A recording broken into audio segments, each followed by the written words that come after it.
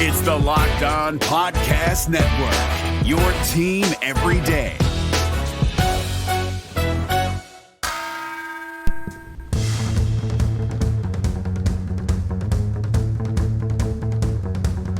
You are Locked On Pelicans, your daily New Orleans Pelicans podcast, part of the Locked On Podcast Network, your team every day. Welcome to another edition of Locked On Pelicans, the daily podcast covering your favorite team, the New Orleans Pelicans in NBA, part of the Locked On Podcast Network, your team every day, available wherever you get your podcasts. I'm your host, Pelicans Insider Credential member of the media, Jake Madison, at NOLA Jake on Twitter, here with you all on a real fun Tuesday. Summer League has started, and boy, did the Pelicans look good. 94-77 win over the Chicago Bulls.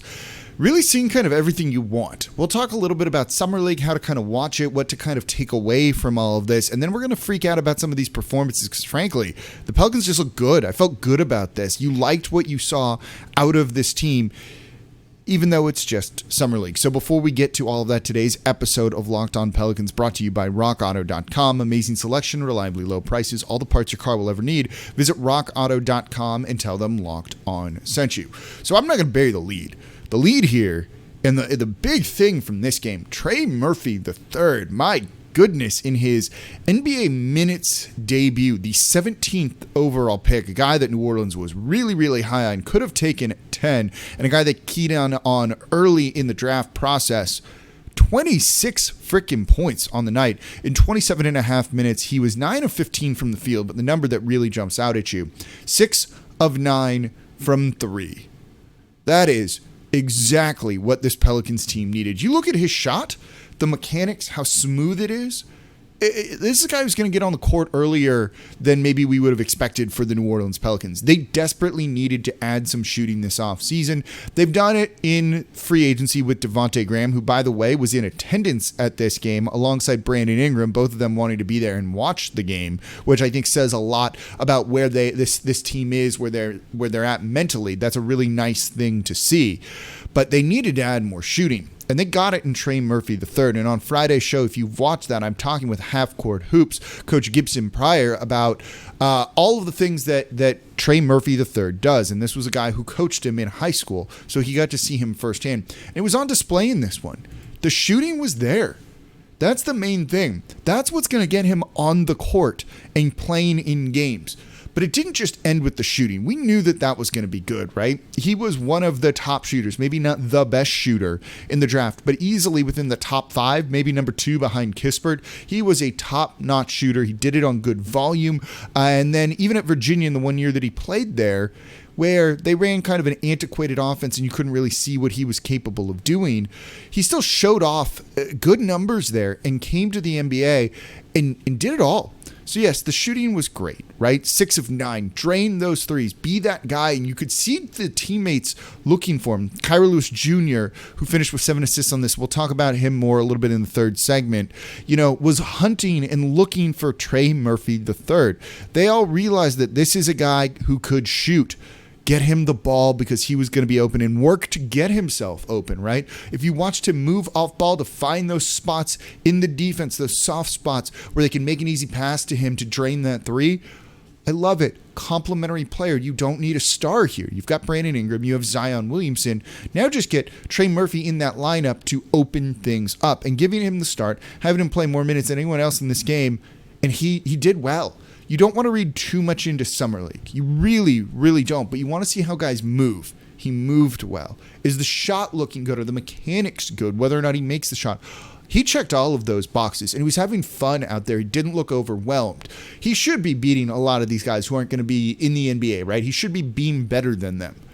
But to do it so well makes you feel really comfortable and confident about what he's going to do in the NBA. It might not always be 26 points, but is he going to be a useful player? The answer is unequivocally yes. Finished with 9 rebounds on the night, so he showed off, good athleticism there to fight for those boards. 2 assists as well, but it was just kind of all of those things that you saw from him. So the 3-point shooting we knew was going to be good, but offensively, dude's got more athleticism, I think, than people realized or gave him credit for.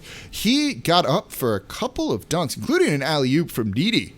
that really kind of sealed the game for New Orleans. They were already up a bunch at that point, but he was able to get up and throw it down. He can get to the rim, and he's more athletic, I think, than a lot of other teams realized. And right now, it looks like the Pelicans got a steal at 17. Defensively, he was good. He had a lot of movement on that side of the ball. He moves well laterally. He can stay up and against most people, and he's got such good length that it makes him a threat to close out so incredibly well. I loved it. I was thrilled. Super duper happy to see what he did out there on the court for New Orleans. And he wasn't the only rookie that impressed, by the way. Herb Jones out of Alabama, their second-round pick, a guy that I thought might start in the G League. This game kind of opened my eyes a little bit more on him. We'll get into that in the third segment. I want to talk about him. I want to talk about Kyra. I want to talk about Dee. I want to talk about Naji Marshall as well, the names that you're going to see on this NBA squad next year. But there's also another new name that was making their Summer League debut. That was Coach Willie Green. Let's talk about him and kind of how he coached this, what we kind of saw from him, and how that might be what the Pelicans' DNA going forward, because I was pretty happy with him. Like, just it's all like sunshine and rainbows right now after Summer League. So I think that's something that's great, a little bit needed here around the Pelicans. So we'll get into all of that coming up here next in today's episode of Locked On Pelicans. Before we get to that, though, today's episode is brought to you by RockAuto.com. With the ever-increasing number of makes and models out there, it's impossible for your local chain auto parts store to stock all the parts you need. Don't endure like stupid, pointless conversations when they've just got one part in stock. That's it. And you're going to have to make it fit your car if it doesn't. You don't really have a choice on this. Plus, you're going to have to pay whatever price it is they say that you're going to pay. And it's probably going to be higher. It's going to be overpriced. You don't need to do it. And good luck trying to take your car into a mechanic or a car dealership right now because they're backed up for months. So you can choose to save time and money when using rockauto.com. Why choose to spend $30, $50, even 100% more for the same parts from a chain store or a car dealership? Honda Odyssey fuel pump, by the way, $353 from a chain store, $216 from Rock Auto. It's almost $150 cheaper. They're a family business serving do-it-yourselfers for over 20 years, and their prices are always reliably low for every single customer. They have everything you could need, from brake parts, tail lamps, motor oil, even new carpet. So whatever it is you're looking for, please go search there at rockauto.com with their super easy-to-use website to find the solution to your auto parts needs. So go to rockauto.com right now and see all the parts available for your car or truck. Write Locked On in their How Did You Hear About Us box so they know we sent you. Amazing selection, reliably low prices, all the parts your car will ever need over at rockauto.com. All right, continuing to talk about Summer League, the Pelicans' very impressive 94-77 win over the Chicago Bulls on the opening game of Summer League. We just talked about one of the newest Pelicans, Trey Murphy III, making his debut and really, really succeeding. But what about another Pelican making their debut? Kind of on the court, on the bench. And that's Willie Green, your new head coach, who decided he wanted to at least start coaching Summer League. I don't know if he'll coach the whole way through, but he wanted to get in there and start working with these guys. A couple of things that jump out about this. One, he doesn't have to do that.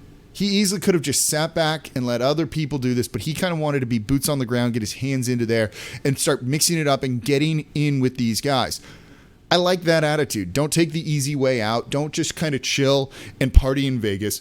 Go out and do your job and work hard. And he's doing that. I think that's a great thing. I think that's a very impressive decision that he wanted to make, and one that's going to kind of hopefully be the beginning of a number of good decisions. But you saw him really starting to kind of play, this team really starting to play the way that they want, that Willie Green has kind of envisioned and is planning out for the team.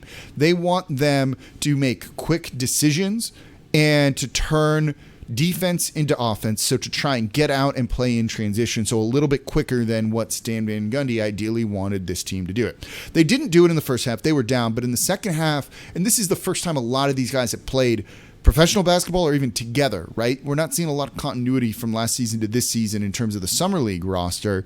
They looked very, very good in the second half. When they got stops, they ran in transition, pushed the ball ahead, and found the open man for the easy score. When they were defending in the half court to get those stops, arms in the passing lanes, particularly Herb Jones, again, who we'll talk about coming up next. And it led to those stops. So they started playing the way that he really wanted. And then in the half court offensively, find the open guy. Find the open guy. It was more often than not Trey Murphy III that we just went over. But you saw this team start to play that way as the game went on, and they started to kind of feel each other out and get used to being with each other. I love it. There's a coherent plan here for how they want to play. It fits the roster. Use your athleticism to get stops, your natural tools, and turn that into easy offense. Now, this is without Brandon Ingram. It's without Zion Williamson. Can you play more in the half court with those guys? Like, yeah, absolutely. But for what he had right now, I thought this was really great. And then one of the more impressive things, again, other than him saying, hey, I want to be there and coach this team, which I absolutely loved, man, he looked like he enjoyed this, that he was having so much fun. He was very amped up. He was into the game. It's Summer League. This stuff doesn't really matter, and you shouldn't read too much into this, right? Like, how many good performances we've seen and all that don't ultimately matter. Those guys aren't good in the NBA. But Willie Green was out there digging it. Just a dude who loves hoops and enjoys coaching and getting these guys doing well. And you can see when they were having success, it's not quite like proud dad energy that he had coming off of him, but he's like, hell yeah, this is what we should be doing. They're doing it, and it's because he's leading them to that kind of success. I love it. That's what you want to see out of the head coach. So while the result doesn't matter, this is important for the Pelicans process, I think.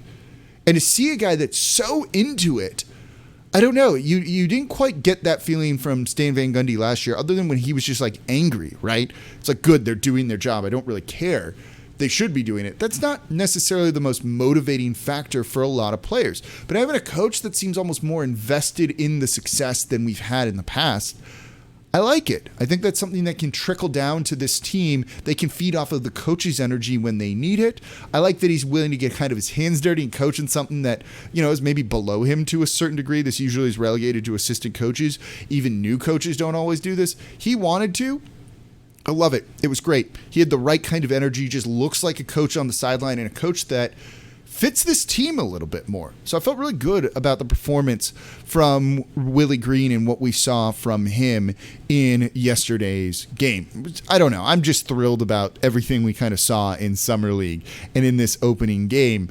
And we've got more too. They're going to be playing tomorrow, Wednesday, against the Thunder. It should be on NBA TV, by the way. So I'm excited for that. Hopefully you're excited for that as well. So coming up next here on Locked On Pelicans, more on Summer League. Let's talk Herb Jones. Let's talk Naji Marshall. Those are the two main ones I want to get into. Then Didi and Kyra a little bit, but there's going to be brief. But really, those other two guys are the ones that I thought really impressed in this. We'll get into why coming up here next in today's edition of Locked On Pelicans. But before we get to that, today's episode is brought to you by BetOnline.ag. BetOnline, the fastest and easiest way to bet on all of your sports action. You've got baseball season going on right now, Summer League where you can make these games more interesting. And if you just need a one-stop shop for all of your sports info needs, including MLB, NBA, NFL, NHL, and all your UFC MMA action, go to betonline.ag. So don't sit on the sidelines anymore, as this is your chance to get into the game as we start and ramping up towards the next NBA season. So head to the website using your mobile device to sign up today and receive a 50% welcome bonus on your first deposit. You deposit $1,000, they're going to give you $500. It's free money right there. That's better than the odds you're going to get on very many bets. So go to betonline.ag, use promo code LOCKEDON over at BetOnline, your online sportsbook experts. All right, continuing to talk about the Pelicans Summer League. Again, a 94-77 win over the Chicago Bulls. Summer League debut for so many guys here. We just talked about Trey Murphy. We talked about why Willie Green looks the part of a head coach, and I'm feeling really good about him. And it does feel, as I said in yesterday's show, you guys were calling me negative. I said they're better than they were last year. And you started to really see it in this game. They've improved. Trey Murphy's going to make a bigger impact, I think, than many people, maybe even including myself, realized. If his shot looks that good consistently, he's going to be out there on the court in some capacity. But other guys looked really good too. Naji Marshall was a real highlight in this game, to the point where I don't know if he needs to play another minute of Summer League, to be perfectly honest with you.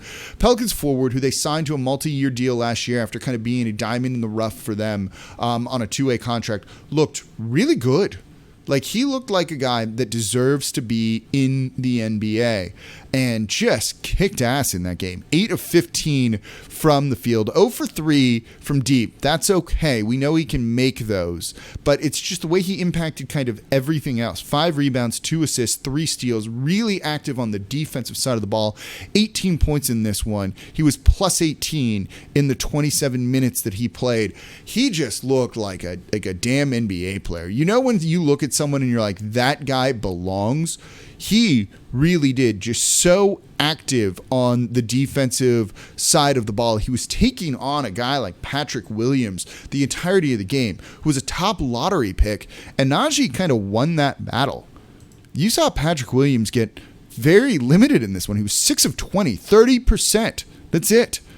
That was because of Naji Marshall's work on him. That's an NBA guy. That's a guy that is a player for the Chicago Bulls who's drafted really highly and is someone who's going to get significant NBA minutes. And Naji Marshall made him look like a fool for the majority of this game.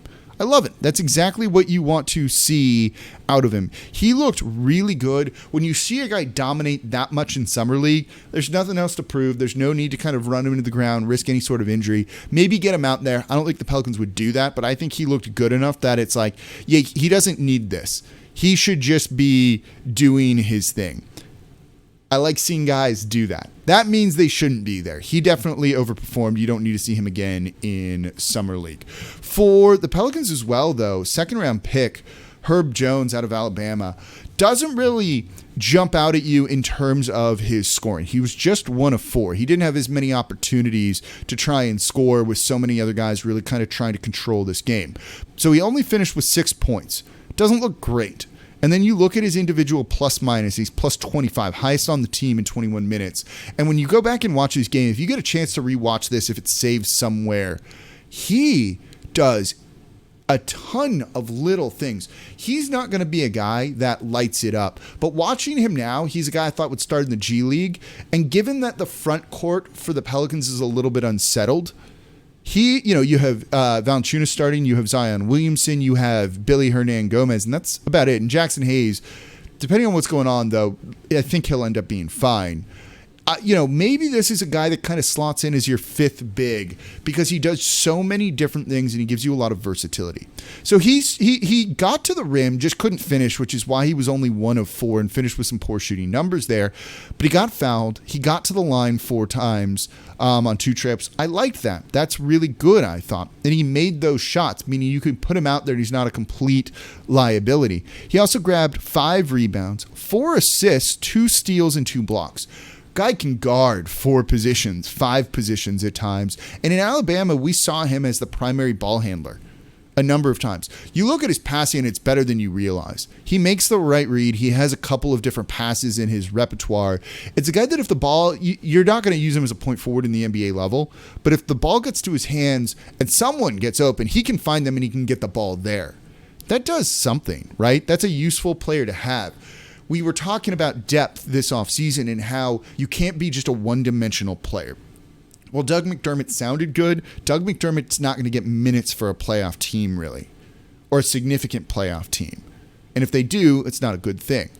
Herb Jones, if he pans out on the high end, is a guy who get minutes in the playoffs because he does so many different things. Hit a couple of blocks at the rim, really using his size. His defense is really, really smart, even if he's not the most athletically gifted guy. He's going to outwork a lot of people.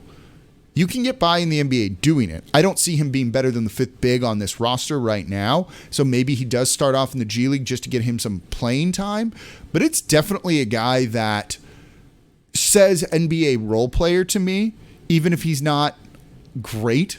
Like, if he's your 8th guy, are you good with that? And, for a 2nd-round pick, sure. Why not? I thought he was great in this game. I'm excited to really watch him. Like, I feel good about Trey Murphy and what he's going to be able to do. I'm really going to be watching Herb Jones these next couple of games to really see what he's capable of doing and how he can try and impact the game and what he might be able to bring to this roster next season. As they look to kind of fill it out, they really need maybe 1 more spot, 2 more spots. That's about it. Does he have a chance to make that roster? We're going to find out. I'm pretty excited about him. Kira Lewis Jr. in this one, by the way, 7 assists. assists, no turnovers. That was an awesome thing to see. Struggled defensively, I thought, but look, he's a guy who's going to be in line for a minutes bump with Lonzo Ball gone, making the right passes, not turning the ball over. Thumbs up from me. Didi Louzada in this one, bad shooting night, 1 of 6 from the field, but look, 2 steals. He was moving the ball well, passing the ball well, showed off some nice chemistry being developed with Trey Murphy, a guy that just kind of fits in. He needs a little bit more time in Summer League. I was happy with him, though, overall. I don't really have much to complain about. Again, you guys were saying I was negative the other day. I'm not negative today. They looked really good. Take these results, with a grain of salt to a certain degree, but be happy that they played well. Enjoy this. Just have fun with it, right? Don't read the results too much. Look for little things that are like, yes, that's something to hang your hat on. That's going to translate to the NBA level. Trey Murphy's shooting, absolutely there. Just the well-rounded game of Herb Jones, that's going to be there. I'm pretty pleased with what was the opening game of Summer League for New Orleans. Made me more excited for this game on Wednesday. So I hope you all are going to tune in. And that's going to do it for today's edition of Locked On Pelicans. I'll be back to my normal recording area and not on the road and in a hotel for Wednesday, which will probably be a little bit of a later show. But I'm looking forward to it. We'll get you set for the game that afternoon. We'll recap it on Thursday. We'll talk some more topics here as we start to hit kind of the quiet period of the Pelicans off season. But make sure you're subscribed to the show wherever you get your podcast from, or on YouTube, since we're on there as well. Tell your friends about the show too. You enjoy smart Pelicans talk. You like to see people covering the team 5 days a week. We're doing it here. So make sure you get other people clued in, and please leave a 5-star review with a comment. That helps more than you can possibly know. So thank you all for listening. As always, I'm your host, Jake Madison, at NOLA Jake on Twitter, and I'll be back with you all tomorrow.